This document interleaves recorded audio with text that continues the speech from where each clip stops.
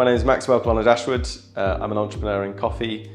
I spend most of my time running Colonna Coffee. We're a roastery based down near Bristol, but we have our 2 cafes, which are customer experience centres for the coffee and the experience we want to offer. The original was in Bath. It's been there for 14 years, called Colonna and Smalls, and we recently opened on Leather Lane in London, near Clerkenwell.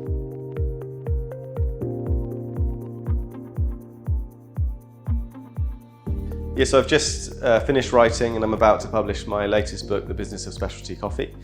I mean, the title kind of tells you what it's about. It's about the industry, so the businesses that sit behind coffee. Coffee's changed a lot in the last sort of 15, 20 years, especially in the UK. And this whole boutique specialty movement, which I would say we're a part of, is culturally interesting. We're talking about flavour and provenance, more like wine and beer. There's a big focus on learning more through science. But behind all of this are business models and a supply chain. And really it's about trying to understand that in more detail because it's a complex industry. And really this idea was given to me by a friend called Darcy from Copenhagen, and he's just written a book called Instant Coffee Shop, which is how to open a coffee shop in 7 days. And I was debating with him about a lot of the misunderstandings of how the coffee supply chain really works, all the way from agriculture, so farming coffee, finance and logistics, which is moving coffee around the world, to roasters, which is where we are today, which is a food manufacturing space, to cafes, which are hospitality spaces. And yeah, I think a lot of us learn about the business of coffee ad hoc or through branding and marketing. And so really my book's a bit of journalism to sort of say, okay, well, these things people think about how coffee works, is that really how they work? But also a bit of an MBA course, so to try and give people some structure and help into how coffee businesses run. And really the goal for myself writing the book is to also reflect on my own businesses and say, okay, how can I run them better? What does good actually look like?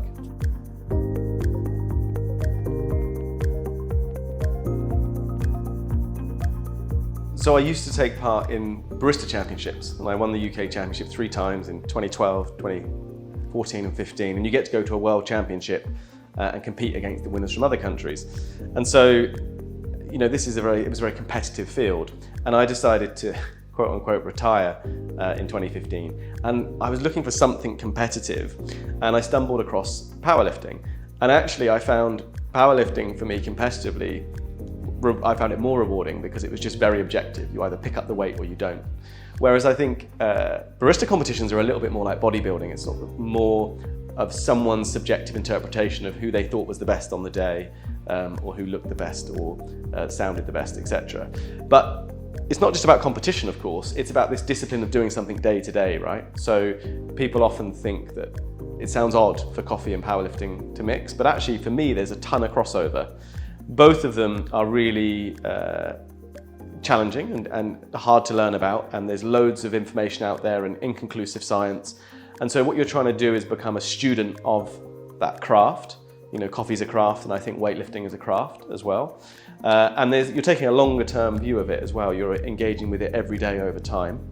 I also think they both attract similar types of people, which are these sort of curious people who want to really dig into something, become a little bit obsessive about it as well, which I think can be a good thing, and really define themselves by trying to get good at something, right? So I'm a very goal-orientated person, and I think my approach to coffee and weightlifting are actually very similar, but I also like the fact that they're so different, right? Because it means that, I've been all in on coffee, it's my whole career, and I like the fact that with weightlifting I can do something really passionately and dig into it, but it's completely different to coffee at the same time.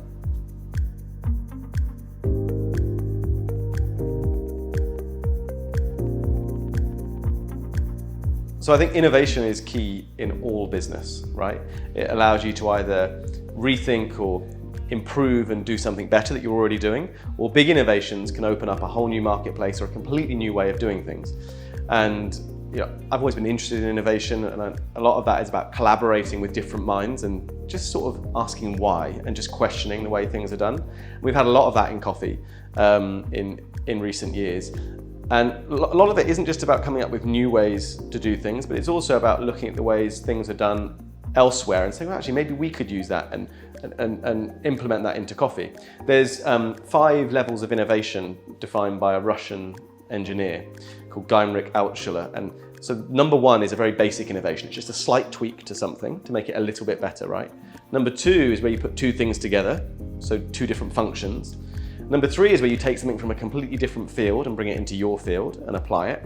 Number 4 is taking like a fundamental scientific principle and building something, a product around that. And number 5 itself is a scientific principle, like X-ray or something. So obviously there's not many 5s and there's thousands of 1s.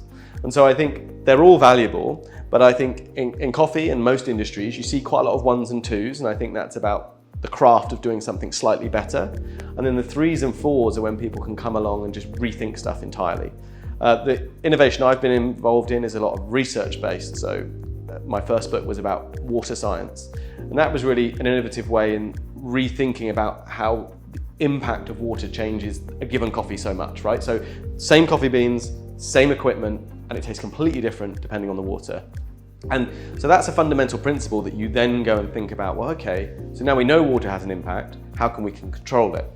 One of the other ones we're involved in is actually putting specialty coffee, like geishas and these rare coffees, into a format that it's never been in before, which is Nespresso pods. And so I'm now involved with a biotech engineer based up in Yorkshire who sold his biotech firm, has invested it all in coffee R&D, and we're completely rethinking grinding coffee, right? One of the most difficult, I always thought water is one of the biggest problems, but the other problem is grinding. It's so surprisingly hard to smash coffee up into little pieces.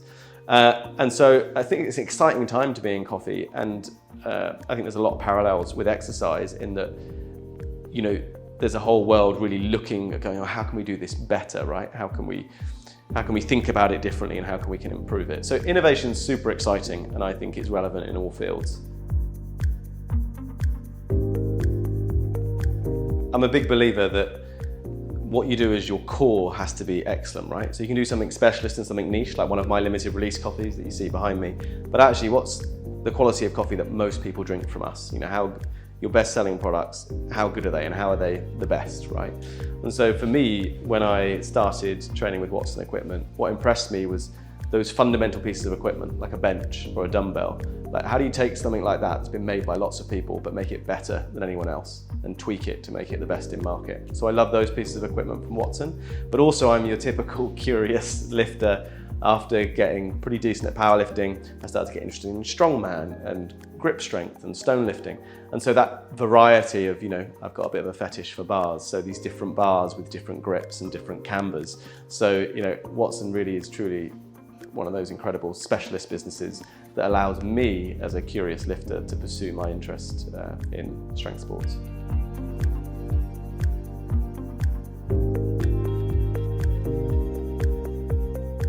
Coffee is arguably and rightly seen as a mixture of craft, art and science, right?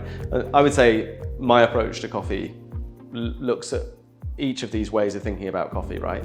And it definitely is subjective, so different people will have different tastes, but there's also a surprising amount of consensus. So we have a scoring system out of 100, and actually a lot of us around the world pretty much agree what excellent tastes like, you know, and what good is like.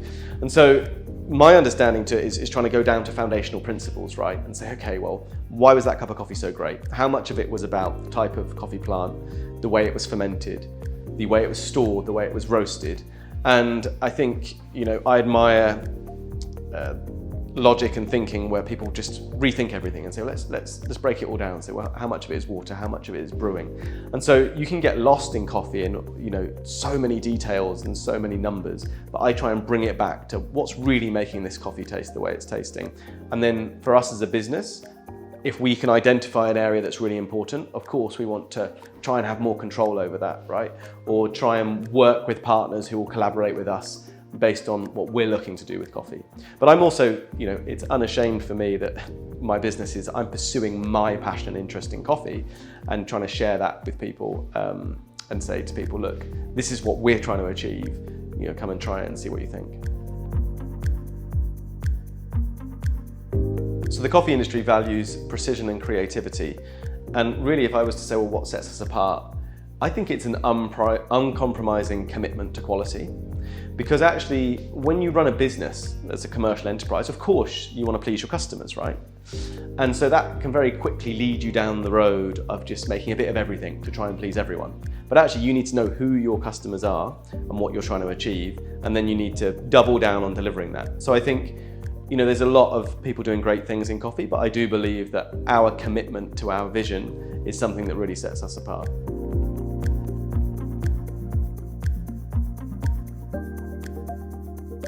I think it's fair when people say education is really important in both strength sports and disciplines and coffee. But sometimes I try to think about it and rephrase it as engagement. And so there's this idea in coffee of sense making, which is the customer goes into an environment or buys a coffee and it changes their idea of what coffee is. And then they co-create a sense of meaning with the business, right? So they're having an experience with the business, either with the product or the equipment, that evolves and changes their understanding of that whole area, right? And so, definitely, I think in coffee and fitness, there is like a lot of information, a lot of noise. And so what you're trying to create is the right conversation. And so I think education is key, and I think challenging and questioning the way things are done to try and do them better. And we're all learning all of the time, but really for me is like, what are the good questions that we can ask and what are the good conversations that we can have? But also, I think I love both these fields because we can learn through doing, through experiencing, right? It doesn't feel like being sat in a 3-hour classroom lesson, it's like learning in a really valuable way. And so I'm in favor of any of those ways of approaching education. I think when you're trying to understand the easiest, most foolproof way to brew good coffee anywhere, but let's say at home, again, for me, I'm trying to come back down to those fundamentals, So rather than making it super complicated, how can we give ourselves the best chance of making the coffee taste great? Now, obviously, I'm going to say you should buy some coffee beans from me because they're great. But the ingredient obviously is very, very important, and you're only as good as the quality of your ingredient. And then it's about grinding. Grinding is key, right? So, a good hand grinder, or actually even getting the coffee ground in a shop that has a really good grinder rather than a blade grinder or something. Water is key, so really too hard a water makes the coffee taste flat, too soft the water tastes acidic and thin. Buy a Brita water filter or something like that, but bottled water also works extremely well, something like Volvic, right? You don't want it too hard or you don't want it too soft. And the next thing for me is strength, right? So we normally make filter coffee in the industry, which is very delicate and you have to learn to pick up the flavor. But if you get anything wrong, like your water's a bit hard or something, then it's going to taste flat. And then you have espresso, which is really strong. And if you get that wrong, it's going to be really sour and acidic. And actually, I think a really underused strength is right in the middle. Okay, so let's say espresso is like 8 to 10% coffee and the rest water. Filter coffee is only about 1% coffee and the rest water. So this in-between strength, which we might call like a lungo or an al longue, is what we're actually going for. So I would say try and go for a medium strength because I think it's going to cover up a multitude of sins if you get some stuff wrong.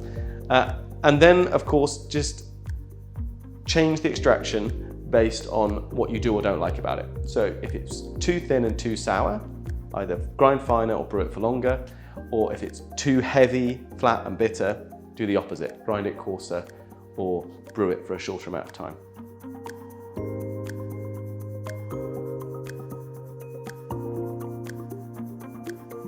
So one of the biggest things we've done this year is opened our second shop in London on Leather Lane, which is between Clerkenwell and Farringdon. Now we've wanted to be in London for a long time. I think if you're a specialist boutique business, it makes sense to be in a city like London.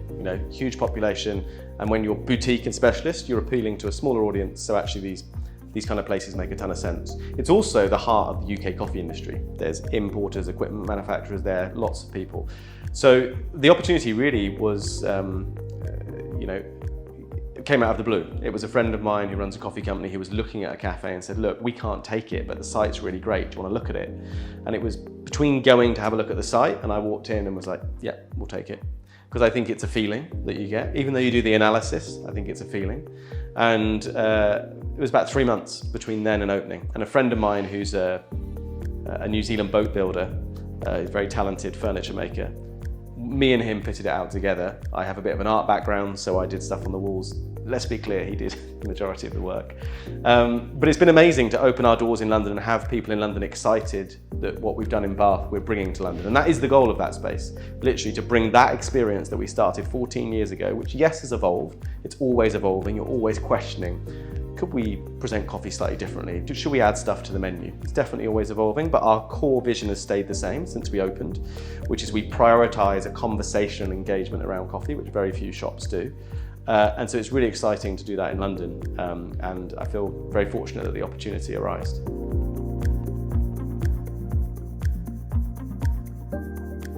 So 2023 has been a very busy year. Before 2023 started, I didn't know that someone would give me an idea for a new book or that I'd be offered this space in London. So I think sometimes you can't fully plan it. And you do have to be careful, I think, as a business owner or an entrepreneur, not to spread yourself too thin, right? You need to have that balance to put everything you can into the projects you're doing and do them really well.